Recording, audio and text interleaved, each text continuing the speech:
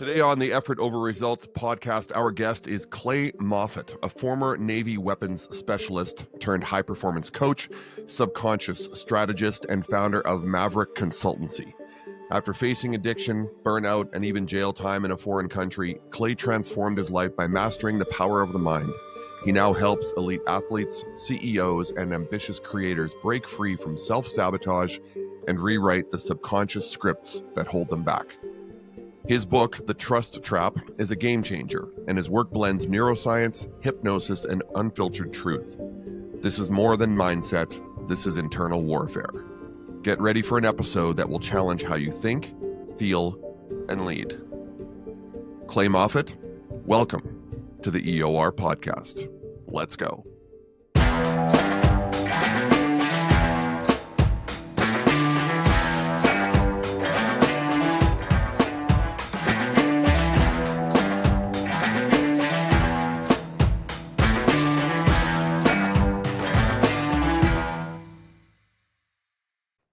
Is there anything right now, though, in particular that you would want to talk about?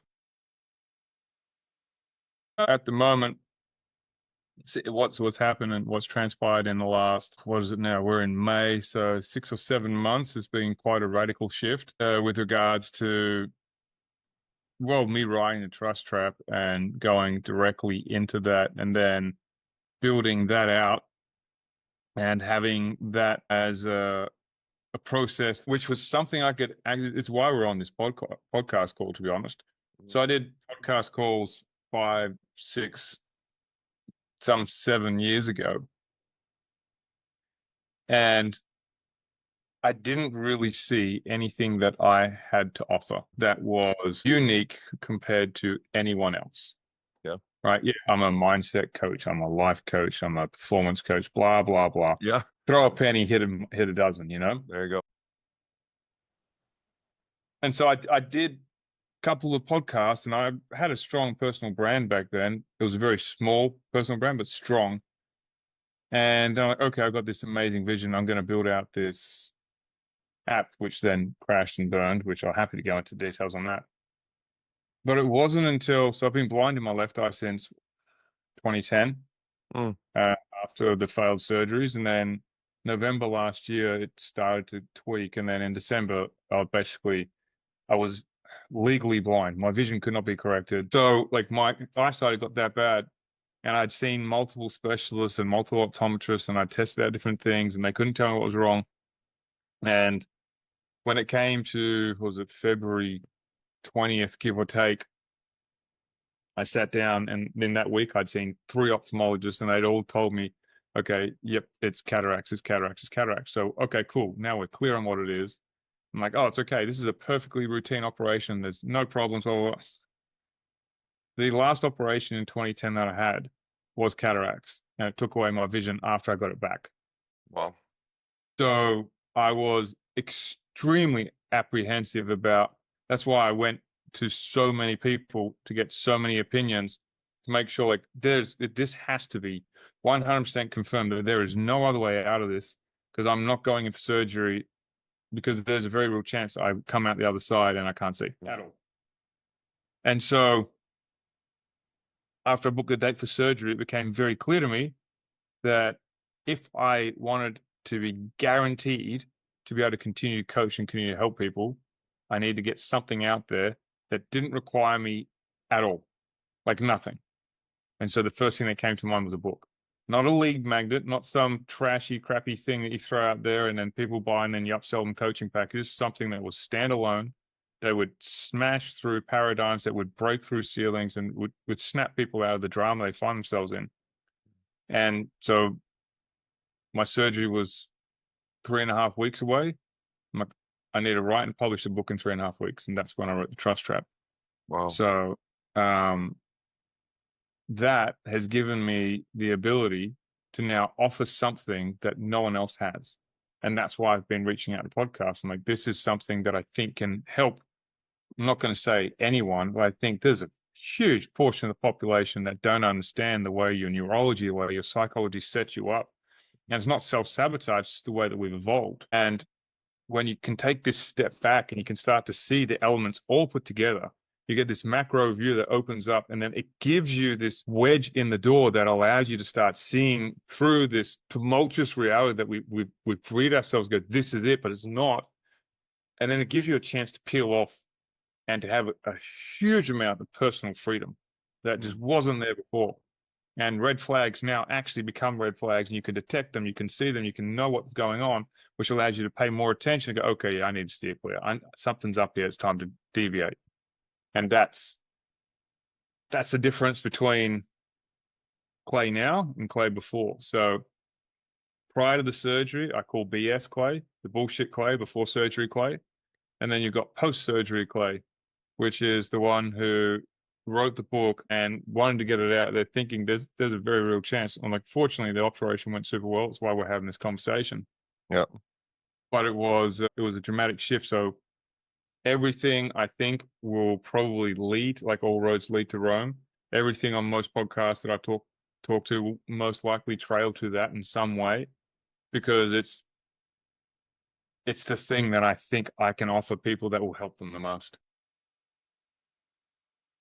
Yeah, it's interesting why people get into coaching, whether it be life coaching, personal and professional development, executive coaching. A lot of people do it because they just, like, particularly in business, they have the experience, they've got 30 years experience in business, so they're able to guide people through some certain things. But when it comes to human psychology and really helping people understand themselves, I just recently completed a podcast with a doctor in the UK about the imposter syndrome, and that was a really interesting conversation because it's something that I struggle with. I've started to learn that I struggle with mental health issues. I think that's something that's come to the forefront. So when people go into coaching, though, I've found, and maybe your story is different, Clay, but people generally go into coaching because it's life experiences that they've had that have changed the way they think, and they become more aware and empathetic to others' struggles, and they want to help others.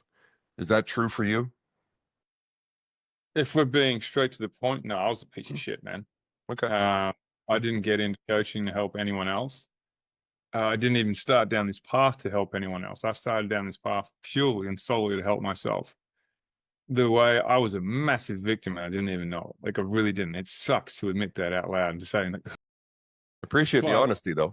the truth is the truth, right? Yeah. I started going back through my life, and like, it hit me like a sledgehammer. I wasn't doing well in school, and I was having problems. And then I managed to like get great grades, like graduated with straight A's, but I hated school, and I was having problems with teachers. And I joined the military, of all things. Someone who doesn't like authority joins the military. Smart move. Anyway, so I'm in the military, and I was getting screwed over by my supervisor, or screwed over by this one, or backstabbed by this person. Like, okay. And so I didn't belong in the military. Like, then I went into oil and gas, and I got backstabbed by this supervisor and screwed over by this supervisor. And roughly 2012, it would have been 2011, 2012. I got told multiple times I was going to get promoted, and I kept on getting passed over and passed over. I got put in positions to run the show, take all the responsibility, sign my life on the dotted line, so if something went wrong, I'd go to jail kind of thing. But I wasn't getting the paycheck or the benefits to go with it. And when I said something about it, got kicked out, sent to another division around the world because I was a troublemaker. In that division, I got promised promotion after promotion, and people just kept on getting promoted ahead of me. I'm like, okay, I'm going to study, I'm going to learn language patterns and persuasion. I'm going to make these people do what they say they're going to. That's literally how I got started on this whole journey, was to figure out how to make people do what they said they were going to do and get them to do what I wanted to do. And so I studied as many language patterns as I could. I studied pickup because pickup really teaches language patterns like no other way. And I was like, okay, how do I translate this to business? How do I translate it to work? And started really getting into it. And I got nowhere. Nowhere in like 18 months, 2 years. And then it kind of dawned on me, well, if you're a piece of shit, then it doesn't matter how well you know the language patterns. People aren't going to respond to you because they're still responding to the person doing the language patterns. Like, okay. So then it kind of delved me into exploring change work and hypnosis and NLP. And then I started to change. And then lo and behold, crazy thing happened. People started responding differently to how I spoke. I mean, it's weird how that works, just magic. And so I went through these processes, and after a while, I was starting to get some change and some transfer in the way that people were talking to me. It got to the point where the OPEC war started with the US with regards to the oil prices. I didn't really enjoy being in oil and gas anymore. My company, I was a very new hire with that company. I literally just changed companies like 6 months prior. And so I was one of the last ones on, which meant I was one of the first ones off. And I said, we can't keep you. We fight off everyone else that we can. Like, we just can't keep you anymore. Like, we've got to let you go. Like, no problem. So I got made redundant. And I was sitting in my apartment in Phuket, and I'd been studying all this language stuff. And my wife came back from a trip, and she's like, look, why don't you go do something? Like, you like doing this stuff, why don't you go try it? So I went and did an NLP seminar, came back, went and approached every retreat there was in Phuket, said, I'm an NLP practitioner. I've been studying this for the last 5 years. I'll help people. And then I started falling in love with helping people, because I believe it was Zig Ziglar that said the fastest way to get what you want is to help others get what they want. And that landed with me when I watched one of his talks. And I was like, oh, so if I just keep helping people, then eventually one day I'm going to get what I want anyway. So I may as well just keep helping people. And then that kind of snowballed from there. And then I realized that my ideal client was far removed from the ideal client of the retreats, because they're very, how do you say, soft, nurturing, very different to me. They like to sugarcoat things. They like to make sure that the guest is completely safe. I'm like, rip the Band-Aid off, get in there, sort it out. And so I started marketing for myself. I had a friend of mine who said, look, you're charging too little. You need to come to this marketing seminar. It's run by one of my friends. So I went to his marketing seminar, and when people found out what I did and how much I charged, I worked with every single person at the event. All of them became clients. Wow. So out of the 60 attendees, in fact, even the hosts of the event became clients of mine in years to come, and are very good friends of mine now. And it was about that time that I split with my wife, and I started Mavericks. And then Mavericks kind of got born because of the way that I coach is kind of different to what a lot of other people do. What I bring to the table is different. And it's such a combination of things. But I also think the way that my brain starts to focus things, my brain naturally sorts to see what's different. And it looks at how, like, whatever you're doing is actually a strength, not a weakness. And so it's about redirecting the strength into a way that's useful versus trying to get rid of something or trying to remove something. Because I think a lot of people start to see these things as limitations, whereas I see, okay, you spent 13, 14, 50 years developing this thing and it's been useful. Let's make it useful again in a way that helps you now versus what used to help you but doesn't anymore.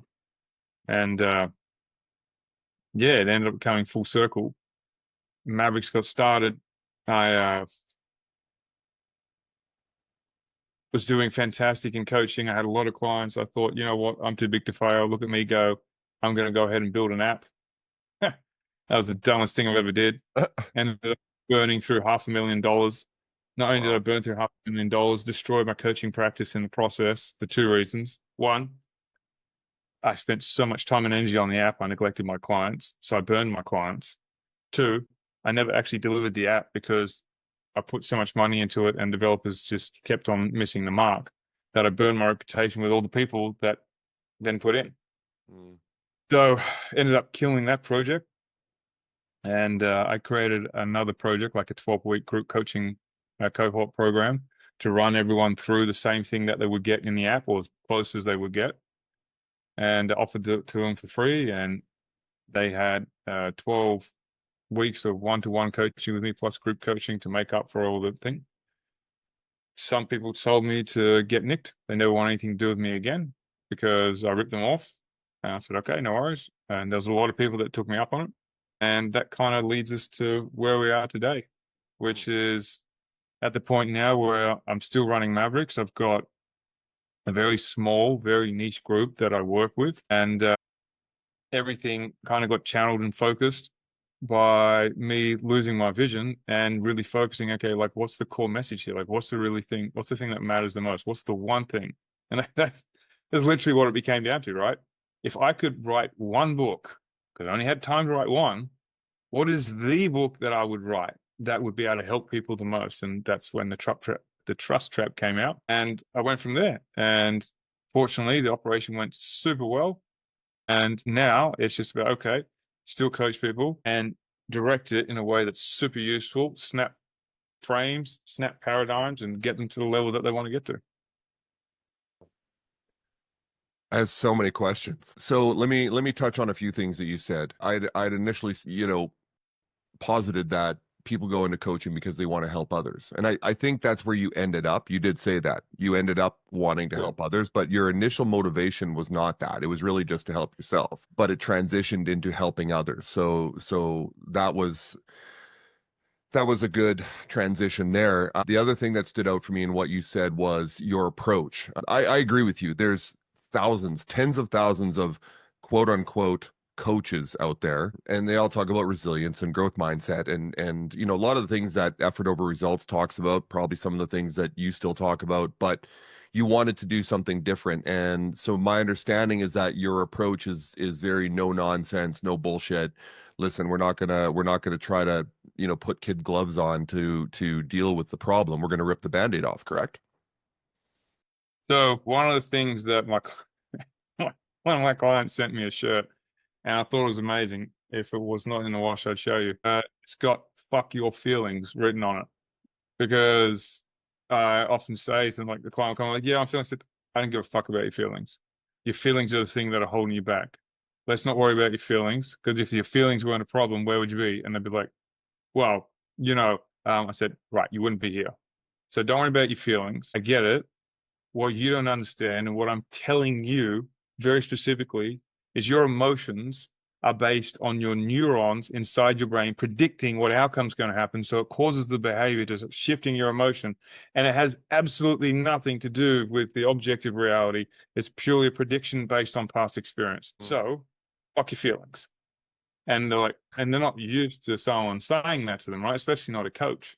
Yeah. So it can be quite abrasive, and I don't mean to offend. Like, I really don't mean to offend people. And at the same time, I guess I am highly offensive because of how direct I can be. But I like to get results because people, as you say, put in the effort, right? The result is a byproduct of the effort. There you go. And excuse me for saying this again, but the fuck your feelings is like, if your feelings are there, you're not going to put in the effort. So I don't care about your feelings. Put that to the side and just do what needs to be done. Love that's wow. I love that, and I would love to, what I think more people who feel like they're in the position to give advice need to take that approach, maybe a different language, but basically. And I think it's funny when you say fuck your feelings. I don't know who coined that, but it's actually, I've seen it come across my Instagram reels 100 times, it seems, and I think it was like Alex Hormozy or someone like that. But it's true though, and I go through that same trap. Is that I take my past experiences, I help. They basically shape what I think might happen in the future. And in the last year, especially in the last 6 months, with what I've been going through, I've had to learn to basically say, listen, all I can control is my attitude and my effort. I can't predict what's going to happen in the future. I have to just make decisions and make moves, take action once those things actually happen, not before they happen. Right. And so I really, that really resonates with me. And so however you'd want to describe it, fuck your feelings or put your emotions aside, if you want to soften it up, it's true. And I think the people that work with someone like you, Clay, who appreciate that approach, it's genuine and authentic. And that's what probably differs you and what's your value proposition to people who there's going to be people who are offended by it. There's going to be people who don't want to work with you because of it. Maybe once they learn that, that's okay. That's okay. Go find someone else. I don't want to work with people who are going to be offended by my approach because my approach is the way I do things. Believe it or not, I tried. So the way to get better at something is to try to do something in a way that you wouldn't normally do it. Mm. And that's how you hone your skill. So I said, okay, how do I come at coaching from a completely compassionate and empathetic approach? So the way I look at it is I am very assertively compassionate. I understand this sucks. I appreciate where you're at. Mhm. And if you don't do something, nothing's going to change. So this is to put the feelings aside and let's go. And then I got a message from a friend of mine. She's a coach. She lives in Dubai. And she's a lovely, lovely human being. And she read the book. She sent me a message. She's like, I understand the difference between you and me. Oh, yeah. Tell me. She's like, I am yin and you are all fucking yang. You are yang, yang, yang. There's not a bit of yin in you. And I understand why you get so many results, because you just drag people kicking and screaming across the line and you don't care. You're going to get them there and you're going to make them do it. Yeah. Because from my experience, and not just my experience, from a lot of research that comes out, everyone is waiting for permission. And most people will never give themselves permission.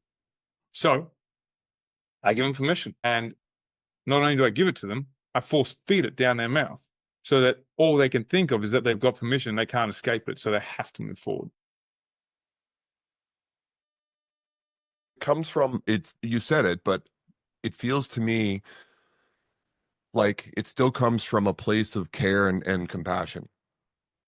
It's not emotionless, and you're basically just yelling at people, telling them to get their shit together. You're saying fuck your feelings, and you're dragging, like you said, dragging them kicking and screaming across the finish line. But there's still that element of care there. And I think sometimes that's what a lot of people need. They still need to know that person cares for them. It reminds me of a lot of the coaches I had in university and professional sports. They would yell at you and they would get on you every single day, but in behind the scenes you knew they cared. And it's interesting, when I even coach young people in American football and the different sports that I coached, I basically tell the kids, when I stop yelling at you, that's when there's a problem, because it means I've given up and I don't care anymore. And that's interesting. So I love this approach. So you've built trust, and I'm sure this is why, the book was created, and in 3.5 weeks. That's incredible, by the way. But what is the trust trap? Define the trust trap for our audience so they understand what that means and if they can recognize that in themselves. Okay. The fastest way for me to explain it is this. There is a set of systems at play that happen based on our evolution that cause us to create what I consider self-betrayal. And I also don't consider betrayal as being something that exists outside of self-betrayal. So I'll explain that. In terms of evolution and how we've developed and how we've grown up over time, energy conservation was one of our primary goals. We did not expend energy unless there was almost certainty of a reward, or unless we had to, because conserving energy meant survival. And human beings, regardless of how evolved we are built to survive, not thrive. The nervous system is built for survival, not built for thriving. End of story. Like, you can argue with me about this all day. I'll defend it till I die. It's a hill I will absolutely die on. We were never built to thrive. So that means if you can take that out and look at all your behaviors from that lens, you'll now see that a lot of people aren't lazy. They just haven't figured out what needs to motivate them. You'll also figure out something very, very specific. The brain, by default, turns processes into single state mechanisms. So, for example, the trust trap is taking the process of trusting someone and now saying that they are trusted. So you've created permanence. And you've done that because I put you, Quinn, in this little frame. You're now in this frame, and you are someone that is trustworthy. Now I put you in that frame. You could start deviating, not because you're evil, not because you're malicious, not because you're trying to screw me over, but because your incentive for doing the same thing as me and working towards the outcome is no longer there. So now you're deviating and you're starting to drift away because we're no longer aligned, not because we hate each other, just because there's a difference in what we want. And I don't see the red flags because you are framed in this halo of trustworthy. So all these little signs that you're going a different direction now get missed. And all of a sudden, I'm like, Oh, he blindsided me. I didn't see it. How could I not have known? When really, all the signs were there. And I haven't come across a single human being yet. When asked the question, have you ever looked back on a situation and gone, yep, I saw all those signs and I ignored them? I've never had one person go, no, I've never had that happen. Every single person can recount a couple, maybe 4 or 5, if they've had a really horrible experience of life, multiple strings of them, where they saw these things happening in real time, but their brain had already classified this person as safe, so they didn't worry about it, and their conscious mind started overruling what their gut was picking up. And most people haven't done the training into recognizing language patterns and non-behavioral cues to see, okay, this is what's going on. Pay attention. And that's all a red flag is. That's a simple red flag. Doesn't mean I'm going to harm you, I'm going to screw you over, I'm going to destroy you. Nothing. It means pay attention. Something is happening. That's it. And so the trust trap is people put these people in this pedestal and they frame it, and then they start ignoring everything else, and they dig themselves into a hole and screw themselves over.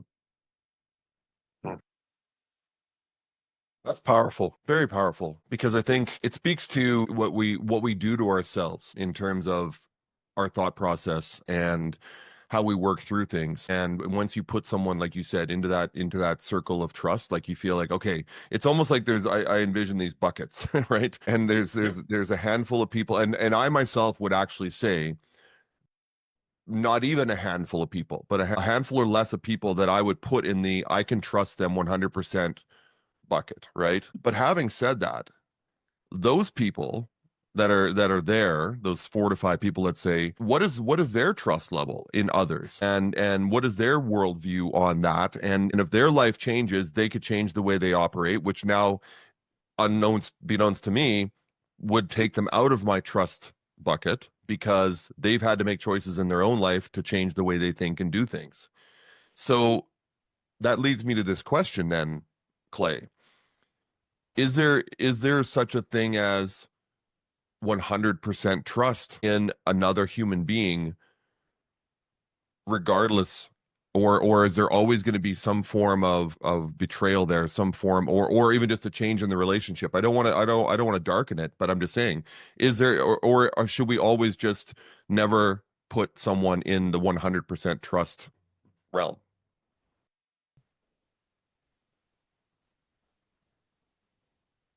Yeah. Can you hear me? Oh, yeah. I'm back now. Did you catch the last part there? So shall we always just, and then you cut out.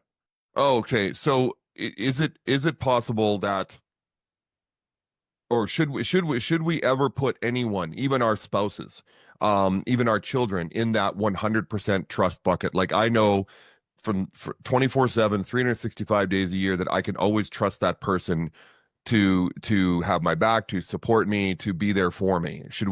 I mean, is that even possible based on your philosophy? So I'll answer it in a way that answers it without answering it. You can always trust someone to do what's in their own best interest. And as long as their own best interest aligns with your best interest, you'll be able to trust them 100%. Mhm. Now, the key comes down to figuring out what is in someone's own best interest. And you were speaking about the people before, we got the 4 or 5 people in the trust bucket, and then something happens and they might not trust people. It's irrelevant about how they trust people. That's not the key. What the key is, the overall frame that I have for trust is simple. It's not a trait, it's not a characteristic, it's not something that someone has innately. It is a mutually beneficial outcome. And that mutually beneficial outcome can be an orientation towards a goal that you want to achieve. It could be if you guys are getting into business and you want to achieve an outcome with an exit, you can trust, so you get to the exit and you sell. But it might not be that. It could be something else. It could be marriage. And in the marriage, it could be, okay, until death do us part.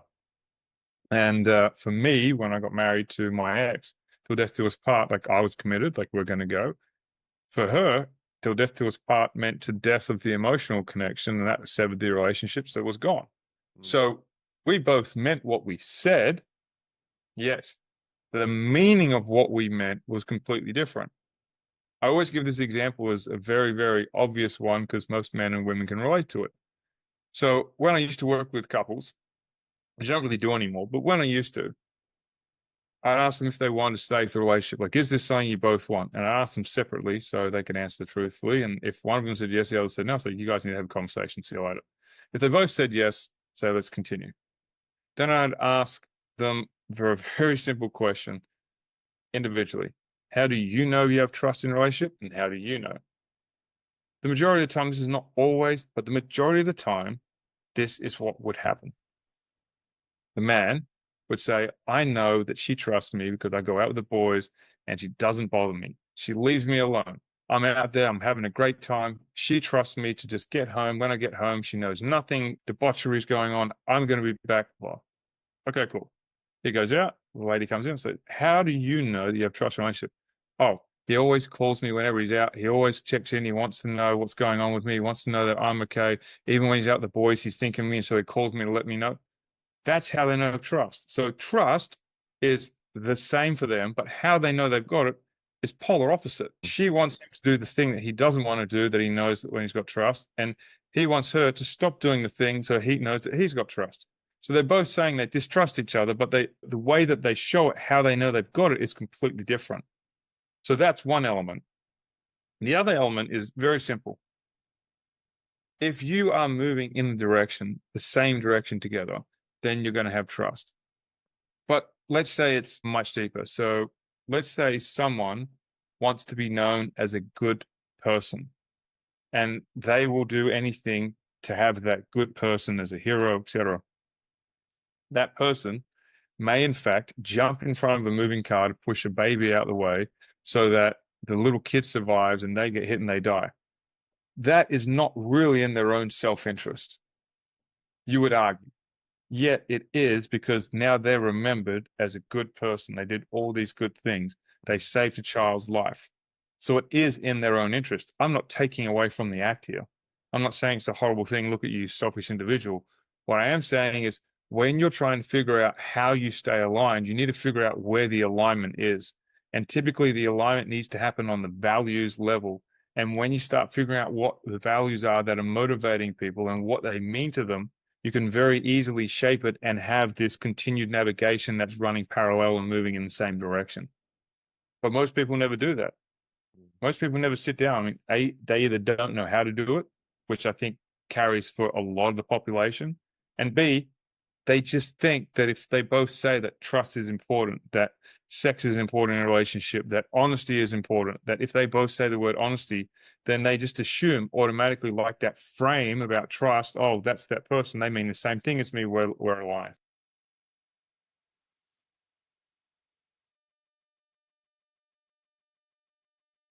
So when it comes, so let me, if you don't mind, let me transition this conversation of trust into the business world, because I'm sure you've worked with corporate types and executive types. How I believe now, after 20 plus years of owning my own business and then being in business advising and coaching for the last 15 years, that, and I've come upon this most recently, that the number one thing that will sustain a company's success from top to bottom is an environment of psychological safety and trust. And how is that built? Because there's so many CEOs, leadership types, even just managers at whatever level out there that they just don't get that. And it might be a generational thing. I think that Gen X and boomers still haven't figured that one out, and that's why they think there's a Gen Z problem in the workplace.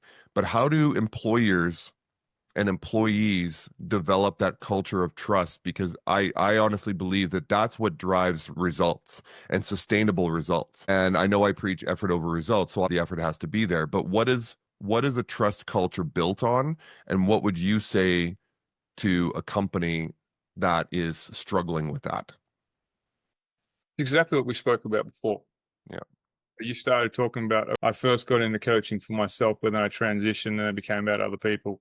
And then you said, even though I'm dragging people kicking and screaming, you didn't quite say it, but I think you're on the verge of going there. Somewhat like a drill instructor yells at recruits. He doesn't yell at recruits because he hates them. He yells at recruits because if he doesn't, he's not conditioning them in the best way so that he knows they're going to live on the battlefield, because that's really what they're doing, preparing, right? Yeah. And so I'm not saying that they should yell at their staff, so we're clear, but it's to care. It's that care in the person.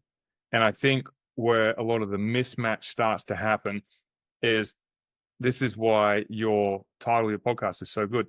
Those people are so focused on the result that they're not focused on the effort that is required to put into the team and focus on the people, so that people level up and feel like they're a part of something.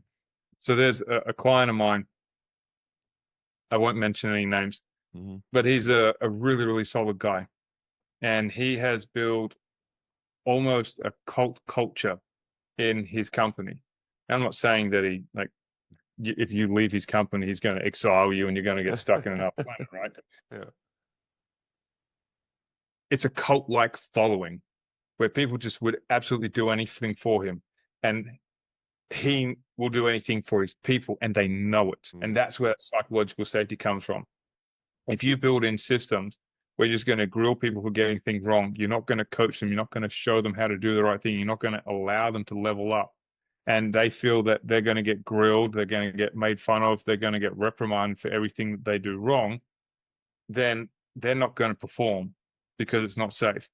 Now, with the psychological safety part, that's a tough thing because there are so many diverse things going on. And then there's the whole woke culture thing, and then the far left thing and the far right thing and everything going on there. So trying to get a hold of that and navigate that is going to depend on the size of the company, because the larger companies are going to have to come across the whole spectrum. There's going to be elements. And so to be able to create a sense of psychological safety for everyone in the company, when you could have, let's just use the melting pot that it is at the moment, the US, you could have like a hardcore Trump supporter working in a company, and you could have someone that loved Biden, for example. And now this person is completely triggered because Trump's in power. And so now this guy rocks up in in his MAGA hat, and now this person gets triggered and they can't do anything.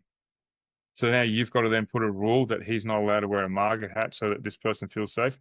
Now you're starting to get into like really the nitty gritty things of where the details and the weeds, which is unnecessary. What I think is necessary for people to develop this system of culture and safety in the culture of the company is just to let people know that they're heard, that they're supported, and that they're, in essence, given room to make mistakes.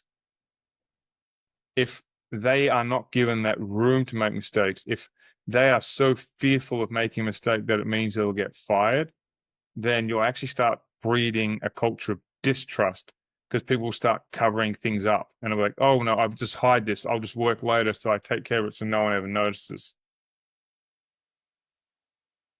It's funny, that last example you gave, I think this goes on in families too, and I'll explain why I was motivated to say this, because of what you just said. For example, a child will learn to lie and cover things up that they've done wrong because of the way the parents handled the first few instances of the child doing something bad. So for example, did you break the glass vase that was sitting on the table there? And the child lies and tries to cover it up, and they'll double down on the lie and they'll blame it on their sibling or the dog or whatever. But they're doing that because they're afraid of the outcome. They're afraid of the repercussions that will come from mom and dad. Yep. And so if that child is handled in such a way where if they've done something wrong, and then they can trust the parent not to yell at them, hit them, God forbid, things like that, they will be more open and honest in the future. And I see this in my own children, in that my son realized that when he told the truth, we didn't get mad. We talked him through it and why that was wrong and so forth. My daughter would double down on every lie and she will find a way to get out of it. But even in the workplace, the same thing happens. And that's so true. And I see it even in the workplace where I'm at, that people will cover up, but it's because they don't trust leadership. And they don't know what the repercussions going to be, because they've seen examples of where the repercussions have been, everywhere from bad to horrible for their coworkers and for their colleagues. So trust is, for me, in the workplace alone, but on every relationship, whether it be a parent and child, whether it be a coach and an athlete, a teacher and a student. I think students want to come into a safe classroom where they know that the teacher has control and they can trust that teacher. And this is something that effort over results speak to, and you speak to. So let me turn the corner a little bit because I love this concept on trust, but everything that you coach and how you coach results from really mastering the mind and mastering the mindset. And one of the things that really inspired me to start the effort over results movement on my side of things was growth mindset by Dr. Carol Dweck. And I'd Yep. heard about it on the Andrew Huberman podcast. Yep. And I'm blown away by how and why I didn't hear about this before, but better to hear about it now than never. So you Sure. emphasize that thoughts control feelings, which then control actions. How do you guide your clients to effectively change their thought patterns? Because neuroplasticity is a real thing. We know that Yep. now. It's been studied and researched, and it is possible. So let me ask the question again, Clay. How do you guide a client that doesn't believe in this, in let's say the concept of that neuroplasticity? It's fixed mindset. I'm just the way I am. I'm never going to change. How do you get them to change their thought pattern? So there's a few ways. The interesting thing about neuroplasticity is it's a double-edged sword. It's how you learn all your bad habits too, Right. right? It's not just the good things. It's how you learn everything. So all the things you love about yourself and all the things that you're secretly ashamed about yourself for having, that's all thanks to neuroplasticity. Yep. So that's what I really start with the clients. See, because it's changed radically over the years. Like people are, how do we say, less in control than they realize, and it's a good thing. And the reason it's a good thing is because you can teach yourself regulation, and regulation brings with it control. But your nervous system runs the show. And when you start talking about things like neuroception, which is how your nervous system starts perceiving things before your conscious mind, before your brain even has a sense to get in there, your neurons are already deciding how the world's going to shape your response. And so you think you're responding to something, but the response has already been predictated. And now you're backing up with logic. You're going, oh, this is why we did it. No, man, it was happening before you were even there. And you were going down that path because of preconditioned responses. So what I'll usually do is I'll start breaking things down for clients. And how do we say this? I will start to show them how their nervous system shape things. A lot of the ways to do this is typically through hypnosis. And a lot of people say, I can't be hypnotized. Pretty much anyone can be hypnotized if you give them the right set of circumstances, like context is king. Mhm. But there's a bunch of other stuff I can do as well. A lot of the other ways I'll do is I'll get them through like a breathing process. I'll take them through a couple of breathing sessions and get them into a somewhat semi-altered state. And while they're in that semi-altered state, I'll start filling them with perspective, start running them through things, shifting them through different perspectives so they can see certain elements and start opening them up, and then having conversations with themselves in second and third person about these new angles, then bring them back out of a trance and say, okay, so what happened? What's your experience of it now? And how's it affecting you now? And then continuing to reinforce it in the present moment.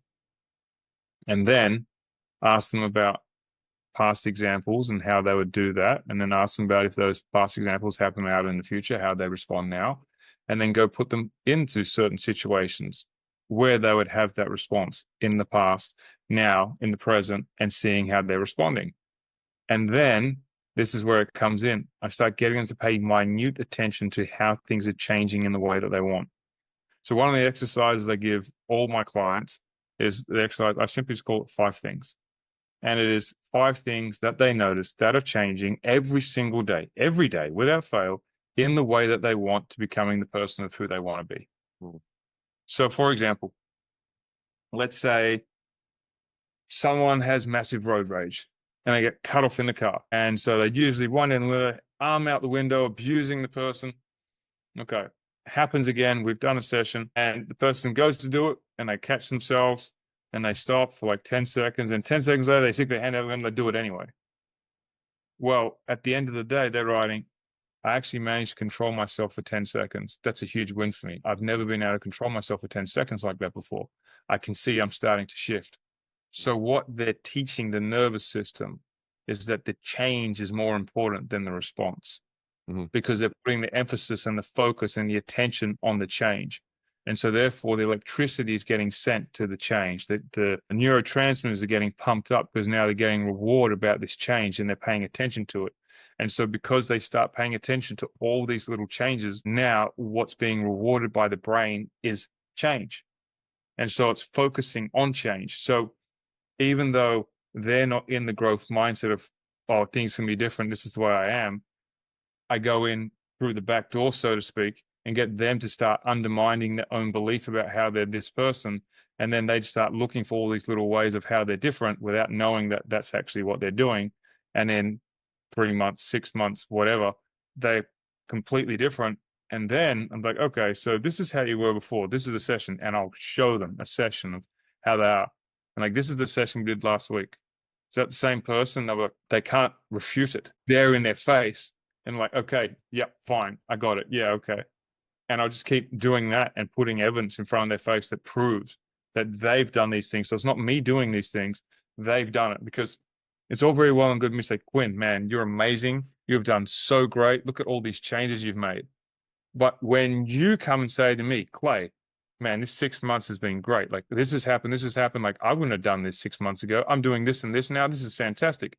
You're never going to go ahead and go, oh, actually, Quinn, you're an idiot. You didn't do that. What's going on? No, because it's internal. It's coming from you. You're not going to challenge it. Do you believe that the question I want to ask is if people want to change, it has to, I mean, there can be outside forces. And when I say forces, people that mention things they see, read, feel, but if someone is, and I'll use this example, Clay. Let's say someone is overweight, and they're making bad life choices. They're not eating properly. They stopped working out. Maybe they used to be someone who was very fit or healthy, and now they've transitioned now into someone who is not. This happened during COVID quite a bit to a lot of people, and all the fat shaming and all the, hey, if you just went to the gym, or hey, if you just stopped eating that type of food, you'd be better. Like all that advice, they know that. Telling them that stuff doesn't help them. All it does is make them feel worse and probably causes them to spiral further downward. I have finally learned after years of being a coach, a teacher, an educator, and a father, that giving others advice or too much advice is actually has the opposite effect. Yep. People need to find for themselves their reason, their why to change their current lifestyle, whatever it happens to be, or the thing that is holding them back. It has to be, maybe it's not an epiphany, maybe it's not a come to Jesus moment, but there has to be a series of events and things that just sort of happen for them where they finally just go, the pain of me staying where I'm at is far worse than the pain of actually taking steps towards whatever it is you're trying to accomplish, correct? Yep. Absolutely. So when the pain of staying the same is greater than the pain of change, change is inevitable. Yep. So if you want to motivate someone to change, you can do it. You just ramp up the pain and you spend it off. And I've done it before. It's just how I used to do weight control coaching. Okay. People come in, yeah, I really want to lose this weight. I'm like, okay, sure. And I would just highlight all of the things they absolutely hate and reinforce and reinforce and reinforce. And they were like, I can't take this anymore. I need to do something. Okay, no worries. Let's go do something. So you can definitely help students if you know what is motivating them and what is something that they value. Absolutely, from an outside influence, you can definitely do it. But what you're doing, and this is the caveat here, you're triggering an internal mechanism that they hadn't learned how to trigger. So it is still internally motivated. You've just found the way to activate it. Does that make sense? Yeah, absolutely. It's the messaging, right? It's giving them advice and telling them things they already know doesn't help, but triggering that emotional internal response, and it may not happen in the moment, but it's something that will be deep seated and almost some subconscious, I feel. Yeah. But you're right, it can be triggered, but it has to be the right messaging. There was a gentleman I worked with many moons ago, and he wanted to come and see me to stop smoking. I'm like, okay, cool. And we got down there, and he wanted to stop smoking, and his wife was the one that made the appointment, but he wanted to stop smoking. Like, okay, so let's see how this goes. Let's see how this plays out. So we went down the process. He came down for the session and said, okay, what's really going on here? Why are you here? He's like, well, I really said, no. Your wife contacted me for this appointment. Why are you here? Well, we're having fights because she wants me to quit smoking. I don't really want to quit. I'm like, okay. So we started digging into what was really going on. And what was really going on was two things. One, at work, everyone else got to disappear for a smoke break. And if he didn't smoke, he had to sit there working. And it was like, this is ridiculous. Why does everyone else get like 2-3 smoke breaks a day? And I have to still sit here pretending like I'm working while everyone else is doing whatever they're doing. Yep. That was number one.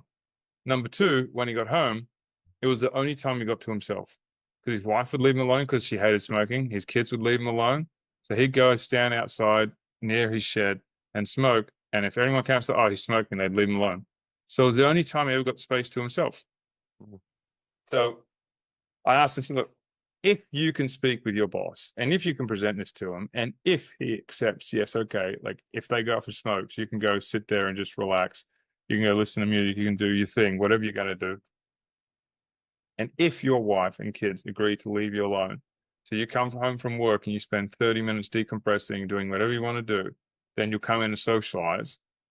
Would that be okay? He was like, oh man, that'd be amazing. Do you think we could do that? I don't think they'd do that. So he ended up bringing his wife in. I spoke to her. She said, this is ridiculous. I said, this is exactly why you didn't bring it up to you. That response. He's sitting here telling me exactly what he needs. You're bitching. You booked an appointment for him because you don't want this thing. And I'm giving you a way out. And your way out is to complain about that as well. She's like, well, I said, like, it's your choice.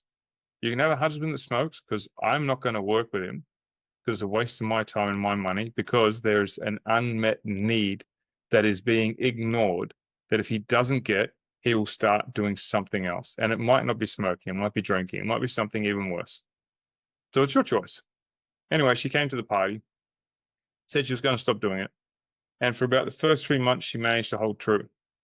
And then about month 4, she started nagging him and routinely nagging him as soon as he came home from work. Lo and behold, within a month, he was smoking again. Because that was his space. Yep. And she intruded on his space. So when it comes to having needs and having these processes that come into place, you really need to find out what's really going on for the other person, what's really happening underneath. Yeah.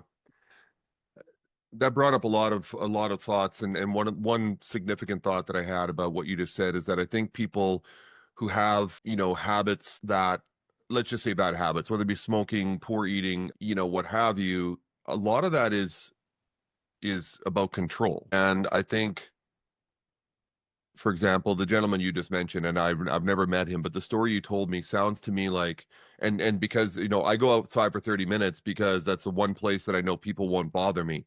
There's others that are allowed to take smoke breaks during work, but if I don't, then I have to sit here and work at my desk. But so they smoke because it's their way of controlling the narrative and controlling the life that they're leading. It's the same thing, reason why people, eat poorly. There's a lot of people that would say, well, that person just overeats, just stop fucking eating. And it's like, no, they eat because it's their way of controlling something, even if it's one thing in their life. That's why they eat the way they do. How did this person get to 500 pounds? Because that wasn't what they were thinking when they were eating and overeating. They were, for lack of a better term, eating their feelings. They were using it as a control mechanism. I know people who have horribly messy rooms, but that's their control element. And that's how they control their life. And then conversely, people who are OCD, right? That's a control thing too. Very interesting, Clay. So you had mentioned earlier about the hypnosis, and I know that you use it in your practice. So explain hypnosis to me, because to be honest, as many times as I've seen, these 2-bit hypnotists on stage, or maybe even the really good ones, or heard about it within the practice, I've always said I can't be hypnotized. Now, don't try. Not right now, at least. But how has hypnosis enhanced your ability to connect with clients and facilitate that transformation in them? Like, what's the path look like? So hypnosis is really just a hyper-focused center of attention. That's all it is. Like some people go into this misillusion that it means I'm not going to remember anything. It means I'm going to give you all my darkest secrets. It means I'm not going to hear anything around the world. Like I'm going to be in this isolated little cocoon away from everything. Nope, it is just hyper-focused attention, and you're tracking what the hypnotist is saying. Hypnotist is taking you through a process, and your brain is so engorged in the process that it goes along for the ride and allows you to bypass a lot of the conscious mechanisms at play that keep people stuck. But more than that, hypnosis was really a mechanism for me to achieve rapid change for people that didn't know or even didn't want to talk about what was coming up for them. So, for example, there was a Canadian lady, a very good friend of mine now, and it was a former client of mine. I actually trained her in NLP and hypnosis and a whole bunch of other stuff. It was a lot of fun. And I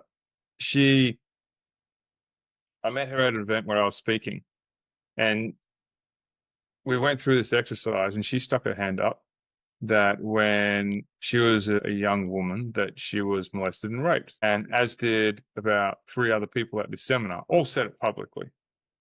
And so I went around to each of them. I offered the same thing because I don't really think that that's a pleasant experience for anyone to go through. And so I said, look, if you're willing to at some point this weekend, like I'll sit down, put aside 30 minutes, and if you want to, I said I'll get rid of it for you. And she's like, well, I said, you will never have to feel that way again, ever. And she's like, that's not possible. I said, it's possible, 100%. You don't need to say anything. You don't need to do anything. If you'd like me to show you just how powerful this is, I said, I can.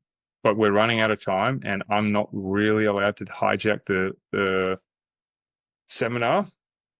Though there's a spot right now because I'm supposed to be giving a public demonstration. Said, you don't need to talk to anyone about what's going on in your mind. You'll talk to me. No one else is even going to know what's happening. And I took her through a process where she didn't say a single word. I had her body doing all kinds of things. So I had her arm lifted up. It was like stuck there. I had people, a big, strong 200-pound guy, try and push her arm down. It was lock solid. He couldn't move it. He's like, what the hell is going on? I said, okay.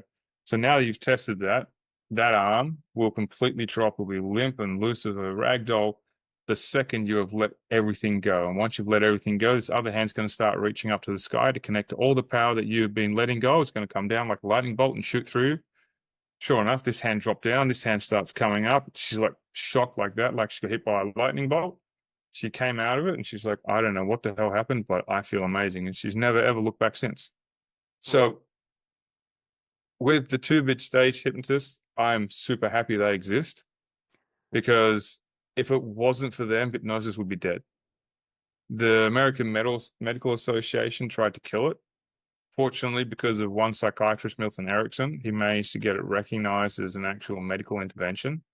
And he managed to solve a lot of things that were psychosomatic ailments and things that were even beyond that. He did phenomenal things. And some of those guys that do that station are the best hypnotists in the world. They're doing it live. They're doing it in front of people. There's zero room for failure, and they just get up and they go. They're very good hypnotists. But there's a very big difference between hypnotism and hypnotherapy, right?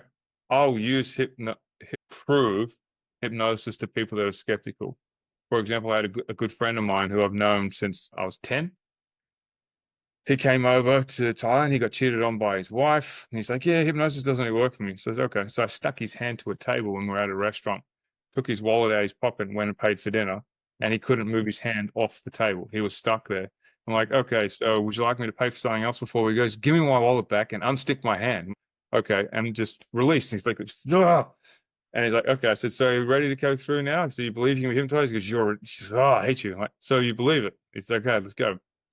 But sometimes you need these convincers to show people the mechanisms at play. And so hypnosis became a mechanism for me to go through and show people that their brain is so powerful. And if you can tap into the resources that have been beyond their reach and make it within their reach, you can change the game for them overnight.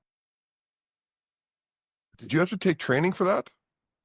I've done tons of training, but I am somewhat of a moron.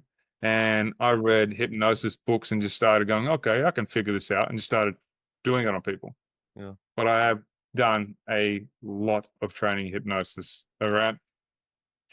Not that it really makes a difference to me anymore, but I think I've got around 32 certifications. So I've done this training and this training and this training. And I'd have to go find, I've got a folder full of them. I don't put them up anywhere. I don't really care. And I go more now to see if there's some angle that I missed the last time. Like I couldn't care about certificates. For me, certificates are for novices and for clients. Like I don't need, if a client needs to see all my certificates, they're not a client that I want to work with. Two questions on hypnosis, and then we'll change directions here. But one is, and once again, you don't need to give me an example, but can it be done virtually? Like, can it be done through a Zoom? Oh yeah, yeah, absolutely, yeah. So you can do conversational hypnosis. There's multiple different modalities, right? But I was working with this one guy. I'd worked with him before, and all I did was, and I'll show you. I'm not going to hypnotize you, don't worry, you're fine. But you can start rolling. So a classic example of conversational hypnosis, and some people are going to get very upset about mentioning this, evangelicists, the way that they speak and the rhythm in which they communicate to you allows your brain to stop and then start now to notice how everything can start to slow down or speed up as fast as you want to. Let all those thoughts just go. Right, exactly like that. And you're like, So you can do it in multiple ways. Once you understand the language, the linguistics, the inflections, you don't need a setup at all whatsoever. And once you understand the operators at play, yeah, you can, I hypnotize anyone. If you get on a call with me, this podcast, different story. But if you get on a call with me, to me, you've already given me the okay to hypnotize you because you know I can do it. Does that make sense? Yeah, absolutely. I'd be really interested to see that in action. So maybe we'll talk about that. Sure. The second question I had about it is, and you would relate to this being a former military member, PTSD, using hypnosis for PTSD. Have you experienced that? Have you done that? Yeah, a lot. When it comes to PTSD, there's an awesome process by, what is the name gonna mess with me now? It's called trauma release exercise. I think it's David Bocelli. I might be screwing his name up, but if you YouTube trauma release exercise, it's a process where you activate your nervous system to discharge excessive energy, and it automatically starts to remove any kind of PTSD that you have, any physical trauma, but also emotional and psychological. And it's an extremely powerful process that they now make mandatory for returning combat troops in all branches of the military. You have to at least go to one session because of how effective it is. Some people do it more, some people don't do it. So if I'm going to work with a vet or a first responder or someone who's seen a lot of action, I will always recommend that no matter what, they do that first. And once they've done that, I'm happy to take them through whatever process they want to take. I mean, some people talk about EMDR. I don't really like EMDR because of the way it starts to disconnect, and it kind of starts. The feedback I got from when I used to do that with people was it left them feeling disconnected and disjointed, and they had to kind of like rebuild themselves because EMDR is so you can see when I'm talking to you now, and when you're talking to me, you won't see it, but you'll notice it. Like my eyes will dart off here, and then they'll dart over there. That's like an accessing cue if you go into NLP. But really, what it is, it's the way that I'm storing information spatially, and I'm going and I'm gathering that information. And there'll be a sequence to which I gather that information. And so EMDR basically disrupts that because you follow my hand going all over the place while you're thinking about the traumatic event. So it scrambles the message. So it leaves your brain scrambled. Me, I like to leave people better off than I found them. And leaving them scrambled without the pain isn't necessarily better off. So it's not really something that I'll entertain. Hypnosis, on the other hand, if done correctly with the right operator, can remove and change that instantly, very, very rapidly, without the side effects. So much like what I did with that young lady, my friend from Canada, you can do the exact same thing. The exact same thing. They don't need to talk about it. They don't need to re-experience it. And you can let the body just process it, connect with the mind, just let it all go. Just for our audience, what is EMDR? So please don't ask me for the actual You acronym. can cut this part out later if I have to. No. The acronym is going to escape me at the moment. It is simply a psychological process that allows you to disconnect the brain from traumatic pathways. Eye movement, desensitization, and reprocessing. There you go. Yeah. I couldn't remember the R. I knew the eye movement desensitization, but the R was going to be strapping me the whole time. I thought it was reprogramming, but I didn't think, I was like, nah, it's not that, so I'll just leave it. And it is a powerful technique. I'm not saying it doesn't work. All I'm saying is when I work with someone, my aim is to leave them better off. And to some people, that might be better off. To me, you're still leaving them in the ditch.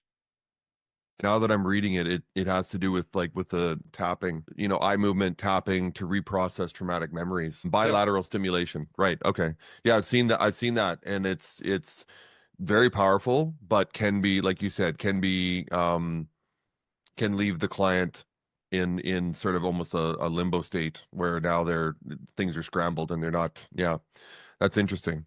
So many different, and this is what I love about this opportunity I have with this podcast, is to talk to my guests about all different types of protocols and modalities that people can use and try. And I promote that. I promote for people to try so many different things to find what works for them, because I think there's more out there than just, a clinical counselor or, talking to a therapist. I mean, there's so many different ways. And once again, this is what I love about this.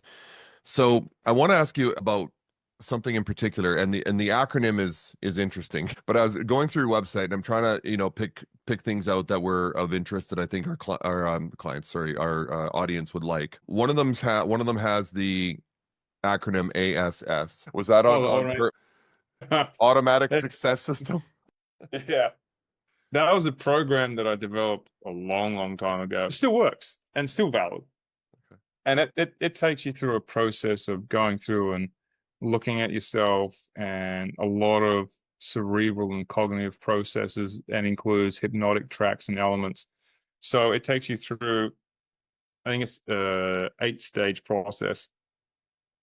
And it starts off with meeting you where you're at and pulling apart limiting beliefs. And it starts with, okay, now let's lay the foundation. Now we've got the foundation. Let's start building on the foundation and improving confidence and improving your attention and zoning in on your attention. Then now building up your ability to get into peak performing states and creating rules for yourself. And how do you create these rules that allow you to operate? Because a lot of people think that rules are restrictive, and they are when they're somebody else's rules.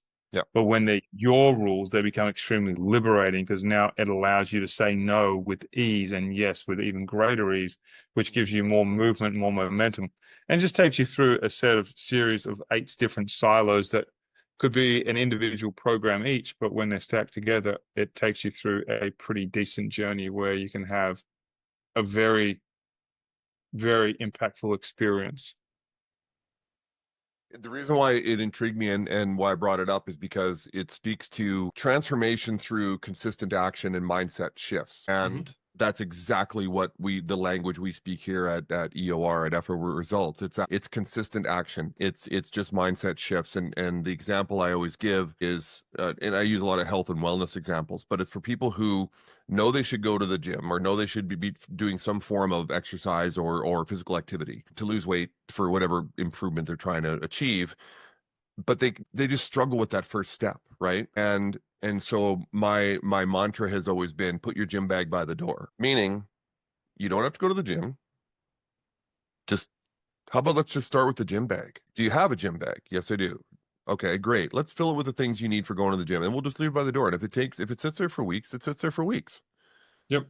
But at some point in time, that environmental change, and James Clear speaks to this in Atomic Habits, but that environmental change of that bag daily reminding you that it's there may now move to step 1.1. I would even call it step 2 of, okay, I'm going to put it in my vehicle. Now it's in my vehicle and I see it there every day. And then it's like, okay, well, on my way to work, I actually drive by the gym every day. It's just these little small steps. And this is why I preach effort over results, is because people are so my generation for sure, and potentially millennials, but like the last 3 to 4 generations, and Gen Z is kind of figuring this out. But the hardest part is just starting. Stop talking about it, stop writing it down, stop planning for it, stop waiting for the perfect conditions, because those don't exist. Just do the first step and do Absolutely. it consistently. And eventually it will turn into something. And that's why when people get so fixated on goal setting and results, and, well, I didn't achieve what I wanted to, so it's a failure. It's so disheartening, and why I want people, and I think that's why you and I are very much on the same page with what you're trying to bring to your clients and the people that you Mm. work with, and same thing with me. It's like anybody's life can be transformed. They need to find the right protocol, modality, movement, practice, whatever that works for them. But number Yeah, one, I would say, that goes across all approaches is just effort. It's just that initial first step, right? And I think that's probably absolutely. what the automatic success system speaks to, and something that you're trying to bring to your clients, right? Yeah, with I'd say a slight twist. The slight twist is I want people to make failure their best friend. Best friend. You're no longer afraid of it. And when you're comfortable with failure, and if you look at, okay, yeah, I failed at this today, and okay, yeah, I failed at this, yeah, I failed at this, it desensitizes you to failure. And once you become desensitized to it, it's no big deal. And you can take bigger and bigger failures. I kind of look at it like as like the reverse drug addiction, right? So the first time you take alcohol, it's a little bit that gets you drunk, and then you have to have more to get the same thing. And it kind of like it's the same principle, but for failure. Okay, so the first time you fail, like it's a big deal because you had this one little thing, and then you fail again, then you fail again, then you've had like 1,000 failures, and you've lost all this money, you've done this thing. Like, look at yours truly, blew $500,000 on an app. Like that's people like, are you insane? Like of your own money, not invest. Like you threw away. Yeah, I threw away $500,000. But that ability to go, yeah, okay, cool, let's go on to the next thing, is what has allowed me to go, okay, let's go on to the next thing, and let's go on to the next thing, and just keep on moving. Because I don't get bogged down into, oh, it doesn't mean that I'm a failure. It just means, yeah, I sucked at that. Now let's go on to the next thing and see if I suck at that. If I suck at that, cool. Then I know not to keep doing that and to keep going until I find the thing that I do. Or if I really enjoy, to embrace how much I suck at it until I get to the point where I don't suck at it anymore. Yeah. And I think, and people give up too easily. And I use my family, and especially my kids, as the example, and they're really the ones that change the way that I coach, teach, parent. Is that my daughter, for example, was so good at everything, but then the second she lost at something, she would be like, I suck, I'm horrible, I don't want to do that anymore. She would never try anything new because she was afraid of failure, because she was so used to having great success immediately. Yep. um and and now I preach to both of them, and to anybody who will listen. It's like, good, I'm glad you screwed up, I'm glad you weren't good at it at the start, because if it's important to you, you'll continue to work at it until you get to a point where you feel like you're sufficiently skilled in that thing. But don't give up. It's one of our family values. It's don't give up, and always finish strong, right? I want to finish here, Clay, just for the sake of time. Where when I say where are you today, I don't mean physically where are you today, but in terms of your coaching practice, where are you today? What are the aspirations you have for the future of your coaching programs, the broader impact you hope to achieve? So with regards to the coaching, it's pretty low key now compared to what it was. Okay. That's for a multitude of reasons. One, when my eye started going out the window, I kind of scaled everything back and just shut everything down. Like I deleted Facebook, I deleted all my socials so I could spend time with my family. Cause like, you know what, I might not see them ever again. So I might as well spend as much time with them as possible, with the exception of when I was writing the book for the last 3 weeks. So everything's kind of shifted again. But the main thing of where I see myself, I have a very lofty, ambitious goal, and that is to get the Trust Trap itself into the hands of 13 million readers. Don't ask me why 13, just a lucky number. And I think that if I can get it into the hands of 13 million readers, not 13 million buyers, 13 million readers, people that actually read the book, then it has the potential to really make an impact on people's lives and to give them a sense of personal freedom that I think a lot of people are missing and at the same time craving. So my focus is on getting that out and teaching people how to understand their own neurology and how to understand the values alignments, and that it's a process that's continually evolving, as well as diving further into the non-verbal and the verbal deception detection elements of the process. Then to add into that, I've already got the next two books in my mind about like where it goes and how like they build it. So this is book one, then book two, then book three, and they all build on top of each other and create like a momentum. Other than that, I'll probably just keep continuing to coach in my small circle. I don't necessarily want to have some big, massive thing. The only other thing I'd see different is continuing to spread the message on podcasts and getting that as far as I can. I've been put to a second round of a TEDx, which I'm planning to present this very topic to, because I want to get this out to as many people as possible. Like I said, like this is a huge thing. And that's really it. Just helping people get this sense of personal liberation and personal freedom. That's what it's all about. It's the messages that I get, the feedback that I get from people that are reading the book or that were previous clients that have changed their life. That I've had coaches come into my inner circle, if you will call it that, that had never sold over $5,000 and sold programs for $24,000 in a single day. I've had clients that have come in that were struggling to get past $10,000 months and did $140,000 last month. So like, these are really good things. And you're like, okay, that's great. I'm like, that is great.